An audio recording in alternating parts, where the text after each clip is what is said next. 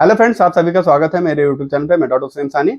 आज की वीडियो में हम लोग बात करेंगे फिफला यानी भगंदर का जो सबसे बेस्ट ट्रीटमेंट होता है इसके बारे में बात करेंगे। वैसे तो कई सारे सर्जिकल और पैरा सर्जिकल प्रोसीजर कराए जाते हैं। फिफला से जो पीड़ित व्यक्ति होते हैं उनमें कई सारे ऑपरेटिव प्रोसीजर कराए जाते हैं। लेकिन जो आज के ट्रीटमेंट के बारे में हम लोग बात करेंगे उसका रिकरेंस रेट यानी दोबारा होने के चांसेस जो होता है वो बहुत ही कम होता है, क्योंकि हम लोग जानते हैं फिफला में व्यक्ति के जो मलद्वार में होता है जो एक रास्ता बन जाता है, एक ट्रैक बन जाता है। ये ट्रैक एक भी हो सकते हैं और उससे ज़्यादा भी हो सकते हैं। तो हम लोग को ट्रैक के बारे में जानना, उसको ट्रैक को हील करना बहुत ज़रूरी होता है। अगर जब ट्रैक हील नहीं होगा, उसमें जो ब्रांचेज़ होंगे वो ख़त्म नहीं होंगे, जो कैविटी जो होता है वो ख़त्म नहीं होगा, तब तक व्यक्ति को फिफला जो होता है सही नहीं होता। तो फिफला का रिकरेंस रेट देखा जाता है ऑपरेशन में। जो कई सारे ऑपरेशन प्रोसीजर होते हैं जैसे फिफलोटॉमी, फिफ्लेक्टॉमी और भी कई सारे प्रोसीजर होते हैं, उनमें रिकरेंस रेट होते हैं यानी दोबारा होने की संभावना रहती है। वही जो आज के विधा में हम लोग बात करेंगे, जो आज के थेरेपी में बात करेंगे, इसका रिकरेंस रेट बहुत ही कम है। तो आज हम लोग बात करेंगे छाछसूत्र के बारे में। छाछसूत्र के बारे में कई लोगों के मन में कई सारे क्वेश्चन होते हैं, जैसे छाछसूत्र क्या होता है, कैसे हम लोग प्रयोग करते हैं यानी कैसे लाइगेट करते हैं, और ये कैसे काम करता है, इसका मोड ऑफ एक्शन क्या होता है। एक एक चीज को आज हम लोग समझेंगे।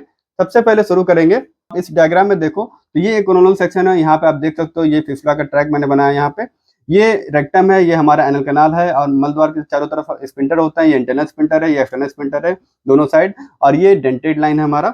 ये फिफला का ट्रैक मैंने एक बनाया है। यहाँ पे आप देख सकते हो रेड रेड कलर में ये एक फिफला का ट्रैक है। और यहाँ पे एक ग्रीन कलर में आप देख रहे हो ये छाछसूत्र को मैंने लाइगेट किया है। तो इसमें हम लोग सबसे पहले बात करेंगे छाछसूत्र होता क्या है। क्षार जो होता है एक आयुर्वेदिक मेडिसिन होती है, और सूत्र मतलब एक मजबूत धागा होता है। तो छाछसूत्र जो होता है कुछ आयुर्वेदिक मेडिसिन होती है, उससे मिल करके उसकी कोटिंग लेयर बाय लेयर उसकी कोटिंग करके एक धागा तैयार किया जाता है जिसे हम लोग कहते हैं छाछसूत्र। उस धागे पे जो कोटिंग होती है कुछ आयुर्वेदिक मेडिसिन होती है, जैसे हरिद्रा यानी हल्दी का चूर्ण, और जो दूसरा होता है वो होता है स्नोही क्षीर, एक आयुर्वेदिक मेडिसिन होती है स्नोही। इसका उसका उसका जो दूध होता है, क्षीर जो होता है, उसकी कोटिंग की जाती है। और एक क्षार होता है जिसे हम लोग बोलते हैं अपामार क्षार। इसकी हम लोग कोटिंग करके एक मजबूत धागा तैयार करते हैं जिसे हम लोग नाम देते हैं छाछसूत्र। छाछसूत्र जनरली मलद्वार की बीमारियां में जैसे पाइल्स हुआ, फिशर हुआ, फिफला हुआ, और एक और बीमारी होती है जिसे हम लोग बोलते हैं पाइलोनाइडल साइनस। आयुर्वेद में इसको हम लोग बोलते हैं नाड़ी व्रण। तो ये कुछ बीमारियां होती हैं जिनमें काफी बढ़िया इसका रिस्पांस होता है, काफी बढ़िया इसका इलाज हम लोग सुगम तरीके से कर पाते हैं छाछसूत्र की सहायता से। अब हम लोग बात करेंगे छाछसूत्र को हम लोग कैसे लाइगेट करते हैं। तो छाछसूत्र को लाइगेट करने के लिए सबसे पहले हम लोग जानते हैं फिफला में क्या होता है। व्यक्ति के मलद्वार में बन जाता है एक ट्रैक। ये ट्रैक मान लीजिए यहाँ पे आप देख सकते हो, ये ये एक मैंने ट्रैक बना है। ये ट्रैक एक भी हो सकते हैं, दो भी हो सकते हैं। और इस ट्रैक की दो ओपनिंग होती है, एक तो इंटरनल ओपनिंग, ये अंदर की तरफ जो कि मलद्वार के अंदर होगी, और दूसरी जो होती है वो एक्सटर्नल ओपनिंग, ये मलद्वार के बाहर होती है।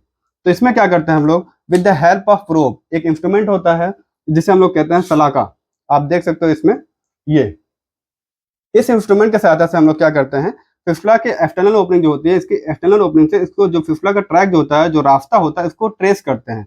रास्ता को ट्रेस करके जैसे जैसे अंदर की तरफ जाते हैं, जहाँ पे इंटरनल ओपनिंग हमें मिलती है, यहाँ से हम लोग छाछसूत्र जो होता है इसको लाइगेट करके इसको बांध देते हैं और जनरली स्किन टू स्किन ही हम लोग बांधते हैं, इसको बांध देते हैं। तो छाछसूत्र के कई सारे प्रॉपर्टी होती है, जैसे जो क्षार होता है, ये जो इसका पीएच जो होता है वो अल्कलाइन होता है।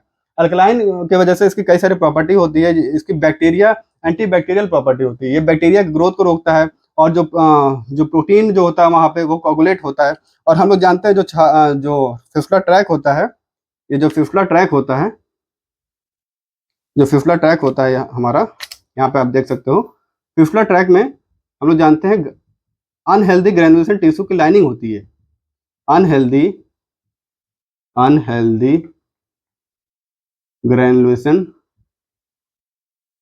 टिश्यू, इसकी लाइनिंग होती है। तो इसमें क्या होता है, गंदगी यहाँ पे फंसी होती है। कभी कभी व्यक्ति जो फिफला से पीड़ित व्यक्ति होता है, जब मल त्याग करता है, जब स्टूल जो होता है, ये फिफला के ट्रैक में इंटरनल ओपनिंग से चला जाता है, यहाँ पे आके इकट्ठा होता है। और यहाँ पे क्या होता है, बैक्टीरिया होते हैं, डब्ल्यूबीसीज होते हैं, और भी कई सारे हमारे शरीर के जो कोशिकाएं होती हैं, अनहेल्दी टिश्यू होते हैं, वो आके यहाँ पे एक्यूमुलेट हो जाते हैं।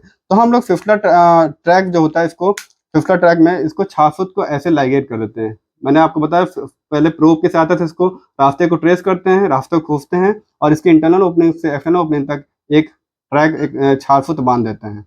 ये आप देख सकते हो, ये इसमें भी मैंने बनाया है, आप यहाँ पे भी मैंने आपको समझा दिया। तो आप देख सकते हो ये छारसूत्र ऐसे हम लोग लाइगेट कर देते हैं। तो छारसूत्र के कई सारी प्रॉपर्टी होती है। इसमें एंटी बैक्टीरियल प्रॉपर्टी होती है, जो फिस्टुला के ट्रैक में जो बैक्टीरिया यहाँ पे होते हैं, इसको जो बैक्टीरिया का ग्रोथ होता है उसमें जैसे ई कोलाई हुआ, स्ट्रेप्टोकोकस हुआ और भी कई सारे बैक्टीरिया जो इन्वॉल्व होते हैं फिस्टुला में, उसको जो बैक्टीरिया ग्रोथ होता है, जो कॉलोनी होता है, उसको ग्रोथ को रोकता है। और क्या होता है, जो यहाँ पे जो ग्रेनुलेशन टिश्यू जो होती है, फाइब्रोसिस टिश्यू होती है, उसको भी साफ करता है। और यहाँ पे एक्सटर्नल ओपनिंग से यहाँ पे एक्सटर्नल ओपनिंग जो होती है, यहाँ से जो गंदगी होती है वो निकलते रहती है। गंदगी जो होती है यहाँ पे निकलती रहती है, तो यहाँ पे इन्फेक्शन होने के चांसेस कम रहते हैं। तो ये सारे प्रॉपर्टी होते हैं। और जो इसका जो पीएच होता है वो अल्कलाइन होता है। अल्कलाइन होने के कारण यहाँ पे जो बैक्टीरिया होता है, जो बैक्टीरिया का ग्रोथ नहीं हो पाता, बैक्टीरिया अपने कॉलोनी नहीं बना पाते। तो हम लोग फिस्टुला ट्रैक जो होता है इसको एक छारसूत्र से लाइगेट कर देते हैं। लाइगेट करने के बाद अब हम लोग बात करेंगे छारसूत्र काम कैसे करता है, यानी कैसे जो छारसूत्र हम लोगों ने लाइगेट किया है ये कैसे काम करता है, इसका मोड ऑफ एक्शन क्या होता है। तो छारसूत्र के मेनली 3 काम होते हैं, 3 गुण होते हैं। क्या होते हैं? छेदन, भेदन, लेखन, इसको हम लोग इंग्लिश में बोलते हैं इंसिजन, एक्सीजन एंड स्क्रैपिंग।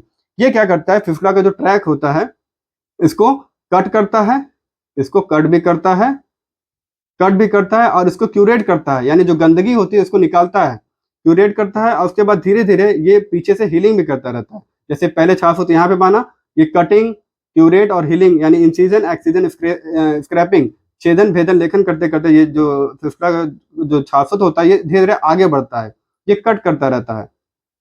क्योंकि इसके पास एक प्रॉपर्टी होती है, जो प्रोटीन होता है, जो टिश्यू होता है उसको भी कट करता है। तो छेदन, भेदन, लेखन गुण होने के कारण ये धीरे-धीरे कट करके आगे की तरफ बढ़ता जाता है और ऐसे-ऐसे हम लोग इसको हफ्ते में 1 बार छारसूत्र चेंज करते हैं। तो ये धीरे-धीरे छारसूत्र जो होता है कट करके बाहर ऐसे यहाँ पे स्किन के मार्जिन पे आ जाता है और फिस्टुला का जो ट्रैक होता है उसको जो होता है सही कर देता है।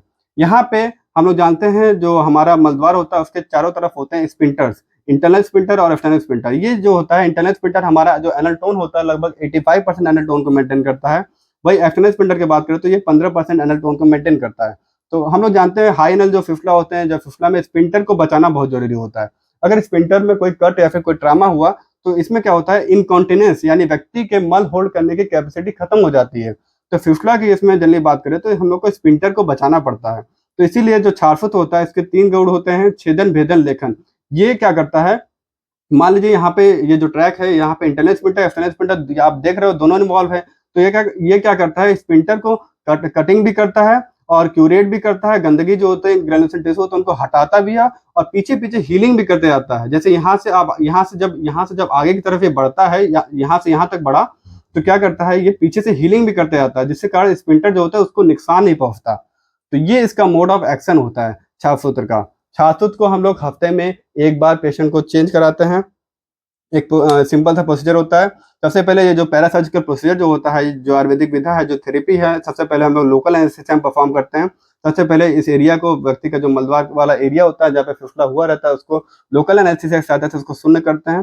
शून्य करने के बाद with the help of probe की सहायता से एक्सटर्नल ओपनिंग से अंदर की तरफ जाते हैं। इंटरनल ओपनिंग जो होता है उसको ट्रेस करते हैं, पता लगाते हैं कहाँ है। उसके बाद छारसूत्र को लाइगेट कर देते हैं और इससे धीरे-धीरे जो होता है छारसूत्र द्वारा व्यक्ति का जो फिस्टुला जो होता है वो सही हो जाता है। तो आपको बता दूं छारसूत्र का रिकरेंस रेट बहुत कम होता है, क्योंकि फिस्टुला में मोस्टली देखा जाता है इन्फेक्शन क्या होता है, कभी-कभी ट्रैक का कोई ब्रांचेस होता है, कोई एब्सेस कैविटी होती है और कभी-कभी स्टूल के टुकड़े जो होते हैं यहाँ पे ट्रैक में आके फँस जाते हैं, जिसके कारण इन्फेक्शन होने के चांसेस ज़्यादा रहते हैं। तो इसीलिए छारसूत्र की वजह से जो होता है फिस्टुला जो होता है वो आसानी से सही हो जाता है और इसका रिकरेंस रेट बहुत ही कम होता है, लगभग ना के बराबर होता है।